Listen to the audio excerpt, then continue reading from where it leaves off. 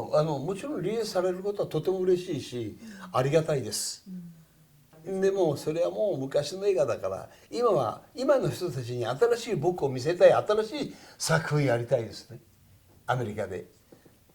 国空手はもう本当にもう卒業じゃない。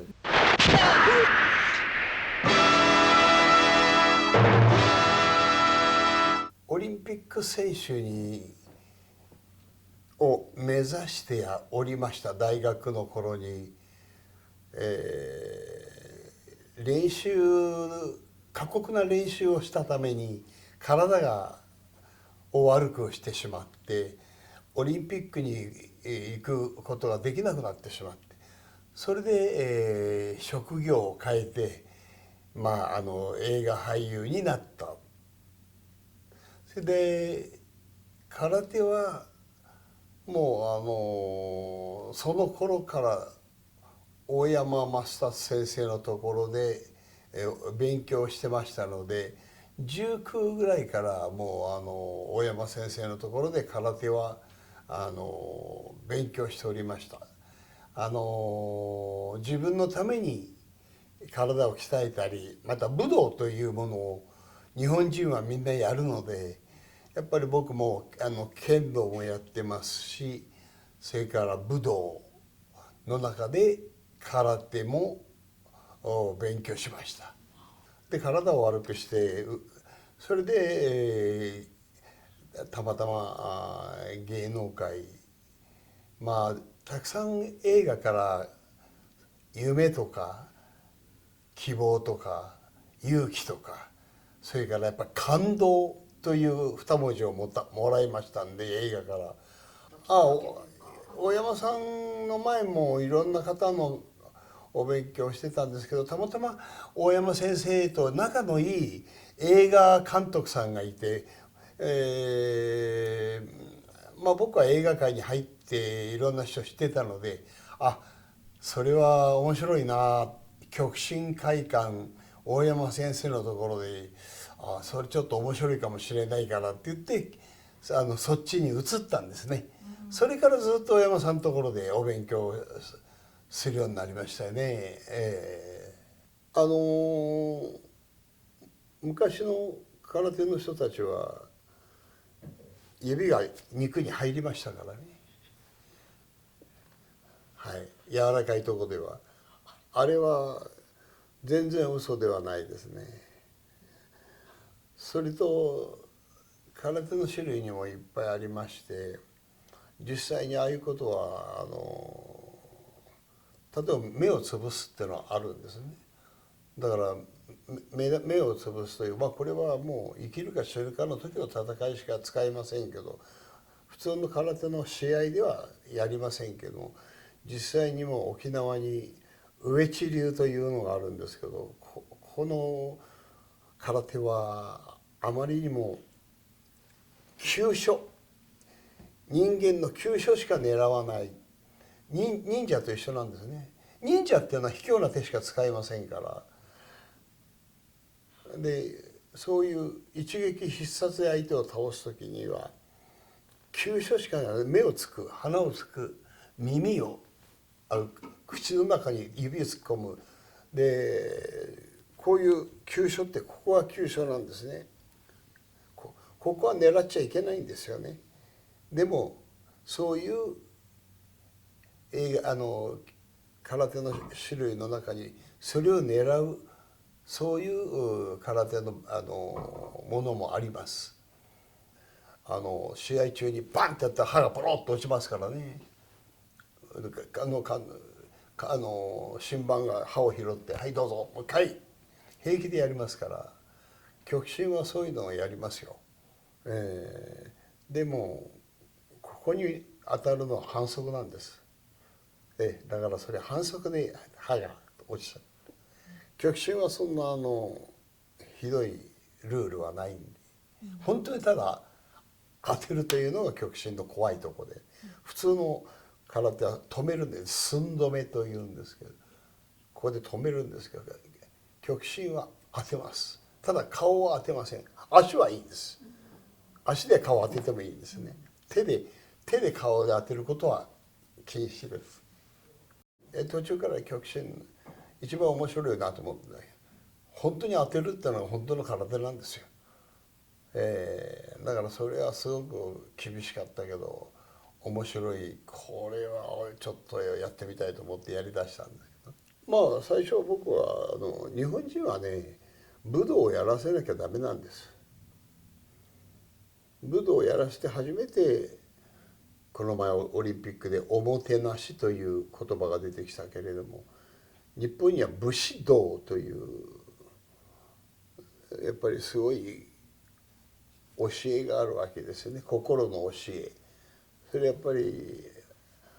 すごい教えがあるんで、それを子どもたちにも学ばせるために武道をやらせてるわけです。だから空手ってそのためにやってるんですよ。だから今でも私たち、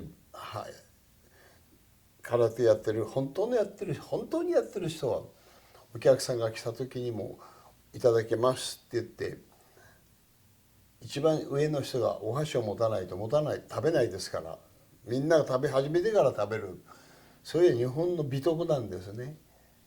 だから人の前を通る時は「エクスキューズミー、前を失礼します」、こういうのをちゃんと、それが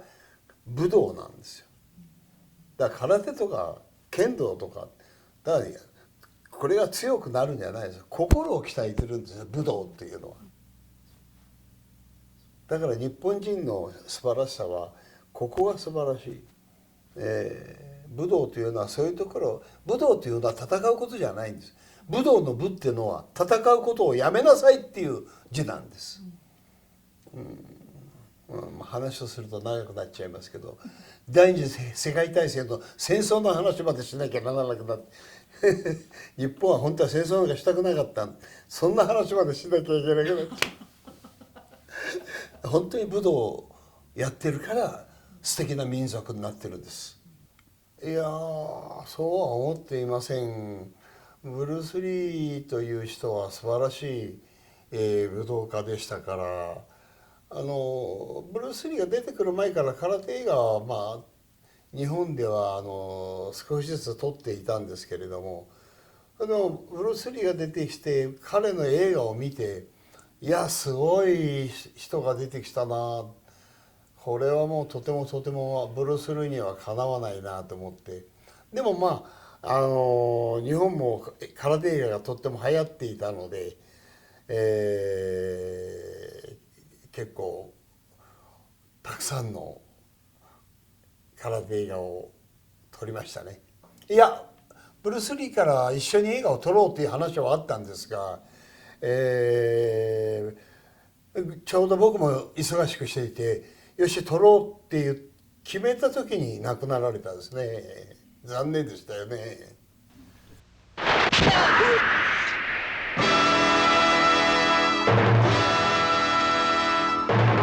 いやこれ僕は映画会社がその作品を作って僕のところにこれをやってくれないかというふうに持ってこられたので、殺人タイトルが「殺人剣」というものが一番最初、それがアメリカではストリートファイターっていう名前になったんですけれども、東映という映画会社からお願いされてやったんですけどね、台本から関わっておりません僕は。はい、面白いか面白くないか、僕は台本見た時に空手映画のああいう殺人の映画っていうのはあんまり好きではなかった。あんまり好きではなかったけど、あんまりやる気もなかったんだけれども、会社が今そういうブームなので、ぜひやってほしいということで、ブルース・リーのああいう素晴らしいところまでいかないけれども、自分なりに勉強して稽古をして映画に携わったんですね。だから監督が大変なベテランの監督さんだったので、僕らはまだ小沢さんから比べると新人ではないけど、新人に近い若い俳優でしたので、そういうさっき言われたあくどい喉元を取ったり、そういうことを監督が会社から言われて僕らに要請してきたので、いやーこんな残酷なのは嫌だなって思ったんですけど、監督がそうしてくれということであったから僕らはやっただけですね。監督はもう大変な大ベテランな監督ですから、会社とはしっかりとつながってる人なので、小沢さんがやれっていうことは会社がやれって言ってるんだなということで、うわーこんな残酷なの大丈夫かな。あんまり大丈夫じゃなかったですけどね、出来上がったらね何も失敗してません。もう全くそういう役が来たから、そういう役を会社が望んで私にやってくれって来ましたものですから、その役になりきって、ただ一生懸命、演じただけです。これは僕のせいではなくて、会社がそういうやっぱりかなり悪い悪役というのは当時あんまり向かなかったんではないんでしょうかね。東映という株式会社が徐々にそういうふうに変えていったんですね。だから僕自身が変えたわけではなくて、脚本がだんだんこうそういうヒーロー化されてきたんですよね。僕が書いたわけじゃないんです。ファンの人がリクエストしたのかもしれませんけども、僕は与えられた役をきちんと掘り下げて、その役になりきって演じただけですから、僕が書いたわけではないですね。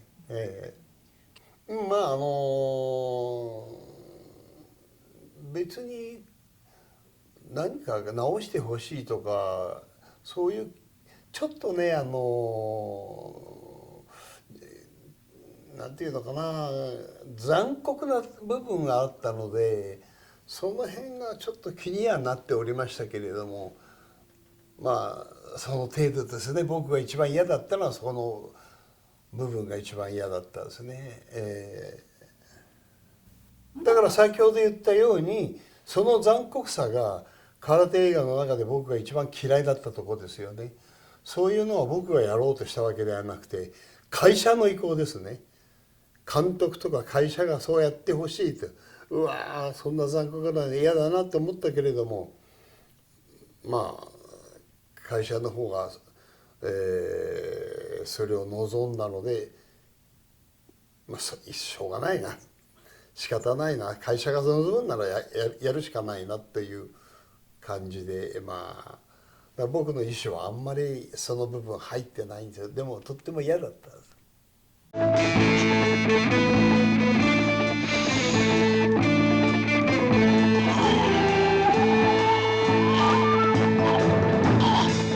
体の中には全部息吹というのがあって、稽古の中で全部使うんです。疲れた時とか体の調子を悪くなった時は自分で息吹をで疲れとか乱れてるものを整えるためのものです、あれは。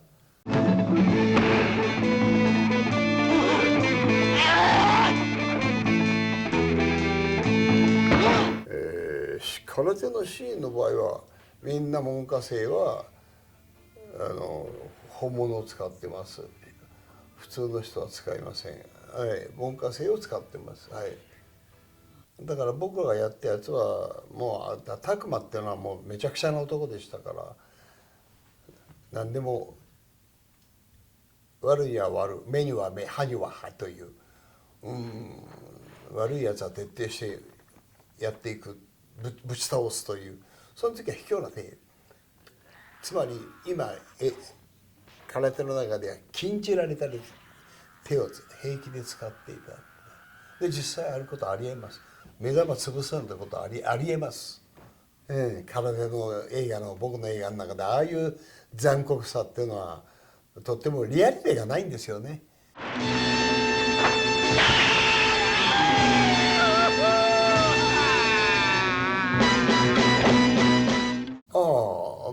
空手映画ではあまりないんですけど、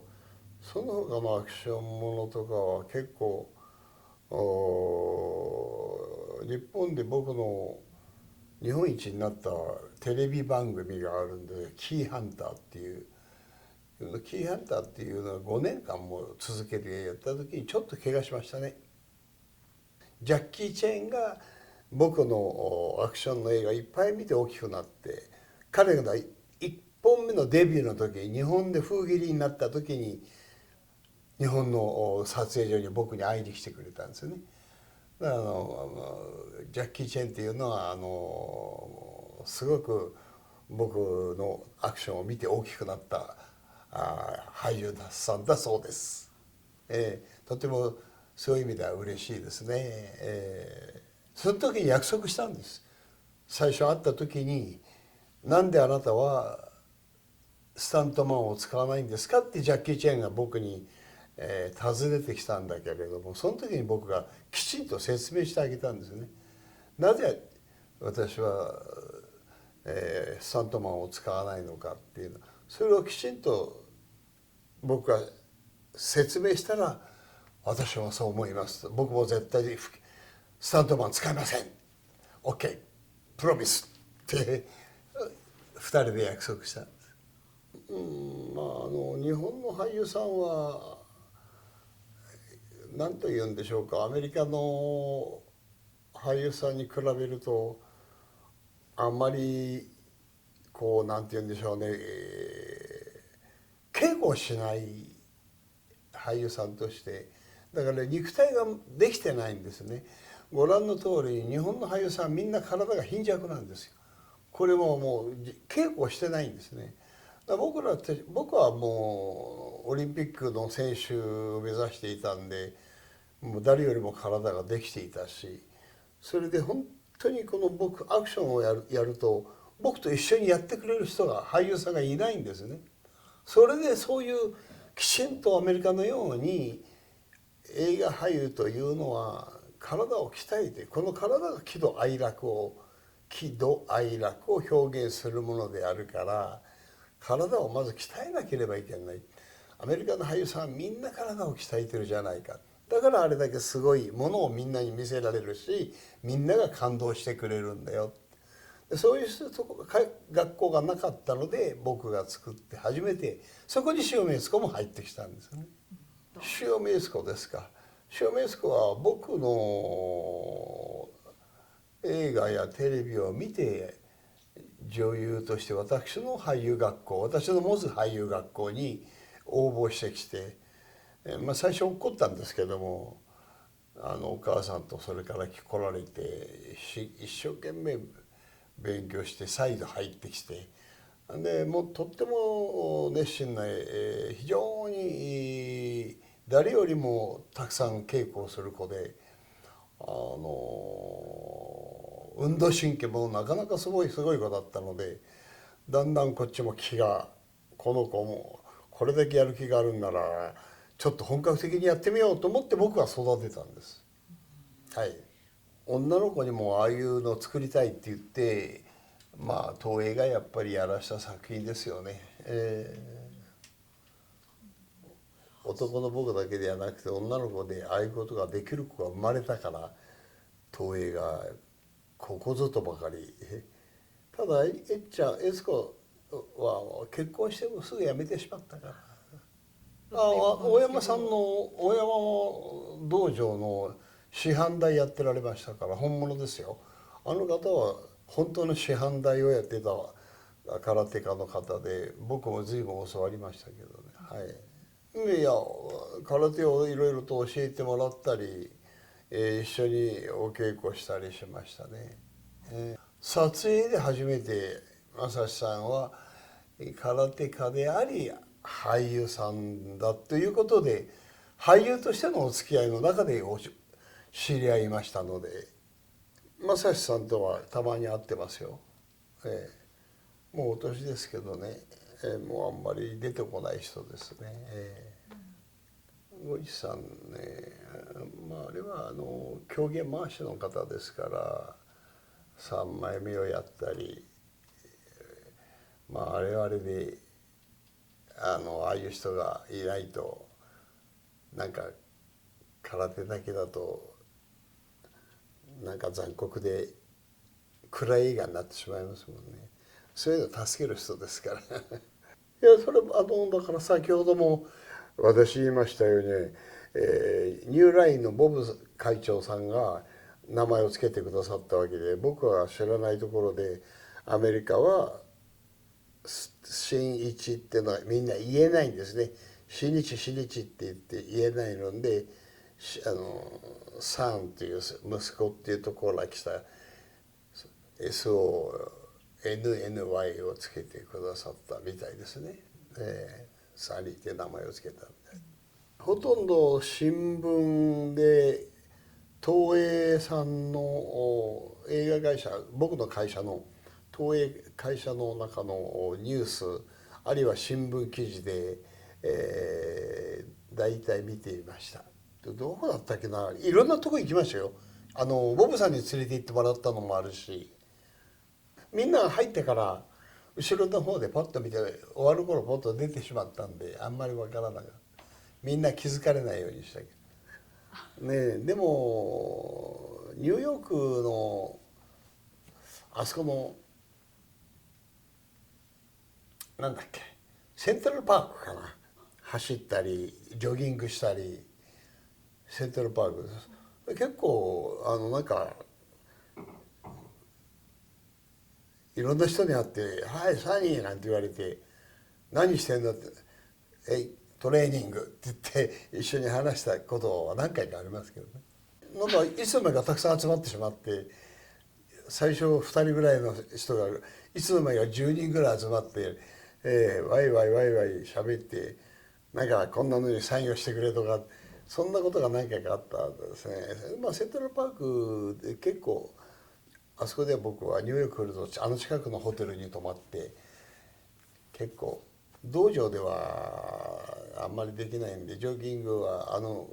公園でやってましたね。いやいや僕は知らなかったし、ただ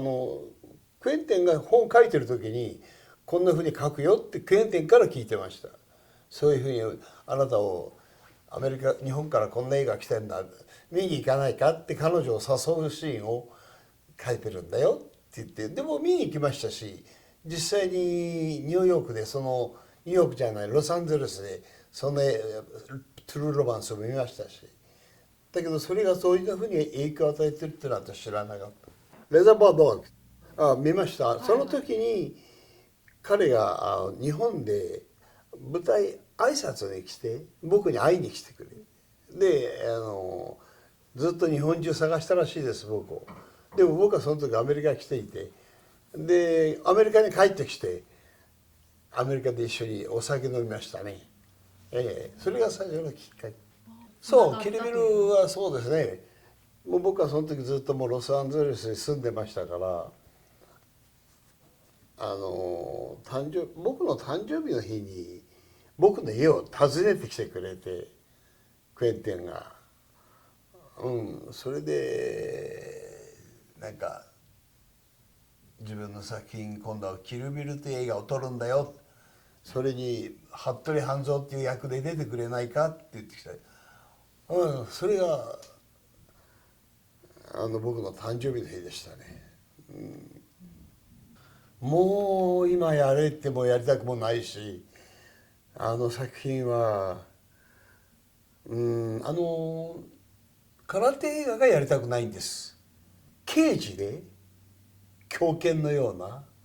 刑事ならやってみたい。だから、for example、イーストウッドのダーティー・ハリー、ダーティー・ハリー、I like a ダーティー・ハリー、ああいうものをやりたい。それなりに日本の中では皆さんよくご存じないアメリカのとこまで来ない映画がいっぱいあるし、僕は深作欣二という偉大なる監督さんと一緒にデビューしたので、結構あの監督といい作品随分あの監督の作品に出させてもらってるんで、すごく名画が残ってます。だから全部が日本にアメリカには来てないんですけども、60年ですから、映画が生活60年ですよ。いやもうとっても嬉しいことだし、忘れないでいてくださるっていうのは嬉しいし、ただやっぱりキルビルでなくてももうちょっとアメリカのファンの方たちのファンの方のためにももうちょっとやっぱ本数出なきゃいけないなって今思ってる。空手映画とかアクションはもう卒業したいです。もうあんまりもういっぱいやったし、もう今の新しい人たちがいっぱいやってるじゃないですか。そういう人たちに任しておいたらいいですよ。